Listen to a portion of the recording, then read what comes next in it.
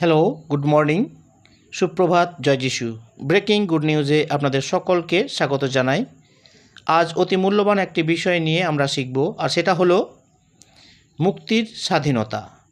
এই মুক্তির স্বাধীনতার বিষয়ে যদি বলতে হয় তাহলে আমরা বলতে পারি যে স্বাধীনতা সহজে পাওয়া যায় না।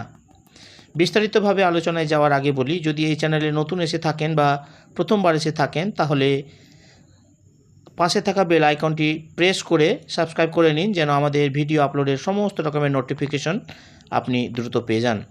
হ্যাঁ, অবশ্যই ভালো লাগলে লাইক, শেয়ার, কমেন্ট করতে ভুলবেন না। মুক্তির স্বাধীনতা বিষয়ে যাওয়ার আগে বলি, এই আলোচনা থেকে কোনো রকম আপনার মনে আঘাত বা বিশ্বাসে আঘাত লাগে তাহলে না দেখার জন্য অনুরোধ করব। কারণ আপনার মনে আঘাত বা আপনার বিশ্বাসে আঘাত দেওয়া আমাদের উদ্দেশ্য নয়, কিন্তু ঈশ্বরের সত্য বাক্য মানুষের কাছে তুলে ধরাই আমাদের মূল উদ্দেশ্য। যেভাবে আমি আগে বললাম, আজকে যে বিষয় নিয়ে আলোচনা করব বা শিখব তা হলো মুক্তির স্বাধীনতা। মুক্তির স্বাধীনতা দুটি শব্দ, মুক্তি ও স্বাধীনতা। মুক্তি মানে সহজভাবে বলতে পারি বন্দি দশা থেকে মুক্ত হওয়া বা স্বতন্ত্র হওয়া। আর যখন বা যে সময় সেই বন্দি দশা থেকে মুক্ত হই তখন স্বাধীনতা আসে। আর স্বাধীনতা মানে বলতে পারি কারোর অধীনে নয়, কারো দাসত্ব ছাড়াই নিজের ইচ্ছায় জীবন চালনা করা। আজ আমরা স্বাধীন ভারতে বাস করি, স্বাধীনভাবে বসবাস করি। কোনো দিন কী ভেবে দেখেছি স্বাধীন হলাম কিভাবে? এই স্বাধীন ভারতে বসবাস করার পেছনে রয়েছে অনেক আন্দোলন, বিবাদ, বলিদান, রক্তের বন্যা। বলিদান ছাড়া স্বাধীনতা পাওয়া যায় না। আজ আমরা কৃতজ্ঞ তাদের কাছে যাদের রক্ত ঝরানোর মাধ্যমে আজ আমরা স্বাধীনতা লাভ করেছি এবং স্বাধীন ভারতে বসবাস করছি। তাই তো বাক্য বলে, রক্তসেচন ব্যতি রেখে পাপ মোচন হয় না। একজন আছেন যিনি আমাদের জন্য শুধু দাসত্ব থেকে স্বাধীনতা নয়, কিন্তু আত্মিক স্বাধীনতা দিয়েছেন। চলুন শাস্ত্র অনুযায়ী একটু আলোচনা করা যাক, যা লূক রচিত সুসমাচার 4 অধ্যায় 18 এবং 19 পদ থেকে নেওয়া হয়েছে। প্রভুর আত্মা আমাকে অধিষ্ঠান করেন, কারণ তিনি আমাকে অভিষিক্ত করিয়াছেন দরিদ্রদের কাছে সুসমাচার প্রচার করিবার জন্য। তিনি আমাকে প্রেরণ করিয়াছেন বন্দীগণের কাছে মুক্তি প্রচার করিবার জন্য, অন্ধদের কাছে চক্ষুদান প্রচার করিবার জন্য, উপদ্রবদিগকে নিস্তার করিয়া বিদায় করিবার জন্য, প্রভুর প্রসন্নতার বৎসর ঘোষণা করিবার জন্য। যিশু এই সমস্ত কথা বলছিলেন যখন তিনি গালিল নাসরত নগরে একটি সমাজগৃহের মধ্যে দাঁড়িয়ে শাস্ত্র অংশ থেকে পাঠ করছিলেন। তিনি বন্দীদের কাছে স্বাধীনতার সুসমাচার প্রচার করার জন্য এসেছিলেন, যা যিশায় 61 অধ্যায়ে স্বাধীনতা এবং মুক্তি দুটি শব্দ ব্যবহৃত হয়েছে। কেন? কারণ ঈশ্বর স্বাধীনতাকে বিশেষ মূল্যবান ও অতি প্রয়োজনীয় বিষয় বলে মনে করেন। ঈশ্বর মানুষকে স্বাধীনতার জন্য এবং স্বাধীনভাবে বাঁচার জন্য সৃষ্টি করেছেন। ঈশ্বর মানুষকে সৃষ্টি করেছিলেন এই জন্য যেন মানুষ ঈশ্বরের সঙ্গে থাকে, ঈশ্বরের সঙ্গে বসবাস করে। কিন্তু মানুষ পাপে পতিত হয়েছিল। শয়তানের প্রলোভনের মাধ্যমে মানুষ তার স্বাধীনতা হারিয়ে ফেলল। ঈশ্বরের সমতুল্য হয়ে ওঠার প্রলোভনে সে প্রলুব্ধ হলো এবং আরও স্বাধীন হওয়ার পরিবর্তে চিরকালীন বন্দিদশায় প্রবেশ করলো। সেটাই হলো পাপের দাসত্ব। পাপ প্রাথমিকভাবে ব্যক্তির কার্যকে যুক্ত করে না, কিন্তু এটা হৃদয়ের মনোভাবের মধ্যে থাকে। পাপ শব্দের অর্থ ব্যবস্থা লঙ্ঘন, বিদ্রোহ এবং লক্ষ্যচ্যুত হওয়া বলতে পারি। ঠিক এই জিনিসটাই ঘটেছিল যখন মানুষ ঈশ্বরের কাছ থেকে স্বাধীন হবার চেষ্টা করছিল। মানুষ নিজের অস্তিত্বের উদ্দেশ্য হারিয়ে ফেলেছিল এবং ভ্রান্ত পথে চলে গেছিল। এটাই হলো মানব জাতির সম্পর্কে বাইবেলের প্রাথমিক অভিমত। ঈশ্বর মানুষকে সৃষ্টি করেছিলেন যাতে মানুষ তার সঙ্গে সহযোগিতা করে, সেই সম্পর্কের মাধ্যমে তার জীবন সার্থক হবে। বাইবেলের স্বাধীনতা এবং জাগতিক ও স্বার্থপর মনোভাবী স্বাধীনতা এক নয়। বাইবেল বর্ণিত স্বাধীনতার অর্থ হলো সেই ঐশ্বরিক আহ্বানের মধ্যে প্রবেশ করা যার মধ্যে ঈশ্বর আপনাকে সৃষ্টি করেছেন। যখন একজন মানুষ সেই আহ্বানের বিরুদ্ধে যায় এবং নিজের ইচ্ছা মতো চলার চেষ্টা করে, তখন সে স্বাধীনতা হারিয়ে ফেলে। উদাহরণস্বরূপ, যেমন একটি গাড়ি তৈরি করা হয়েছে ঠিক তেমনভাবে চলবে। যদি পেট্রোলের পরিবর্তে বা বদলে জল দেওয়া হয় তাহলে গাড়ি চলবে না। যখন মানুষ পাপে পড়েছে তখন তার জীবনে ঈশ্বরের সহভাগিতা হারিয়ে ফেলেছে, স্বাধীনতা থেকে বন্দিদশায় প্রবেশ করেছে। কিন্তু যিশু আমাদেরকে বন্দিদশা থেকে মুক্ত করতে এসেছেন।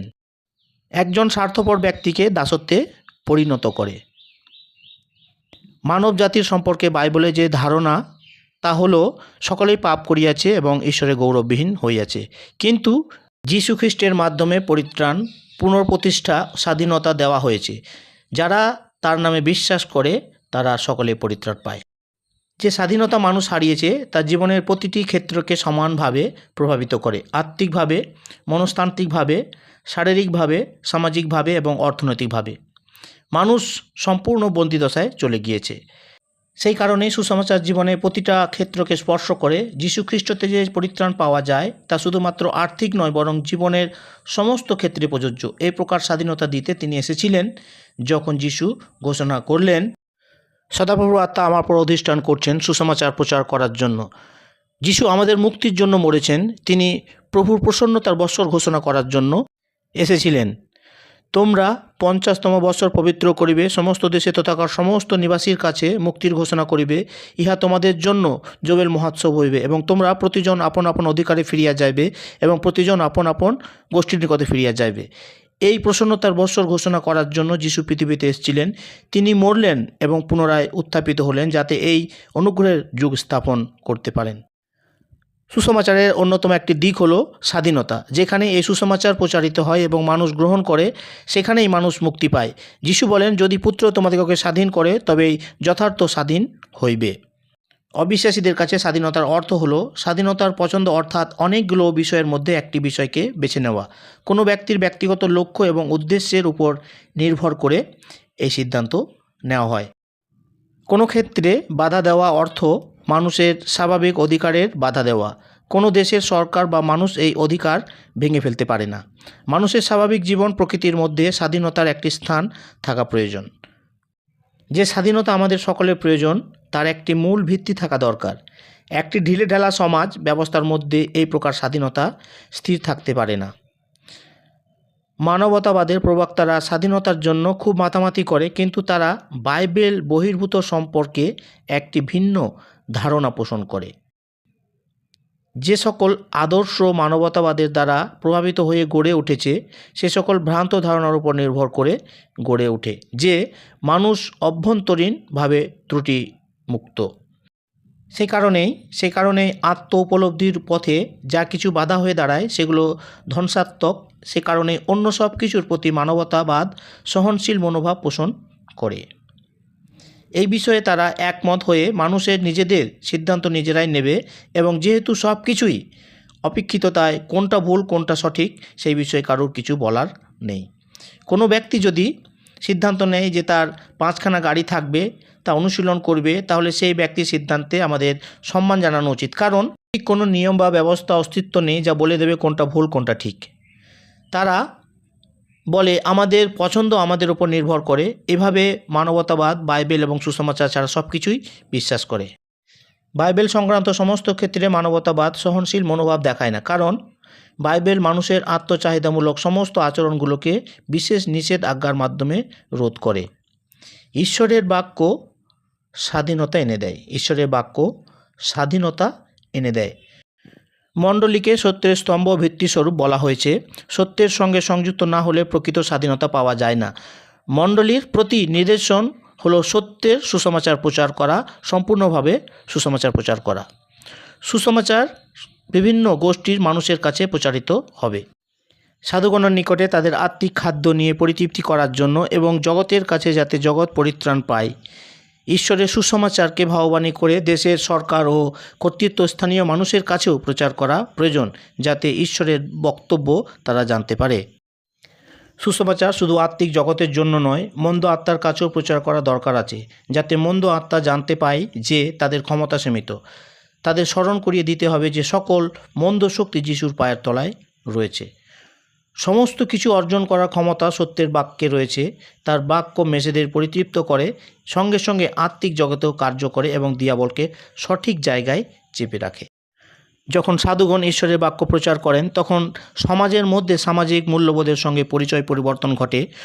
যদি সুসমাচারকে জগতের গ্রহণযোগ্য গড়ে তোলার জন্য জল মেশানো হয় তাহলে সবথেকে বড় ভুল হবে, কারণ এই কাজের মাধ্যমে প্রকৃতপক্ষে তারা সুসমাচারের মূল ভিত্তি ও গুরুত্বকে হারিয়ে ফেলছে।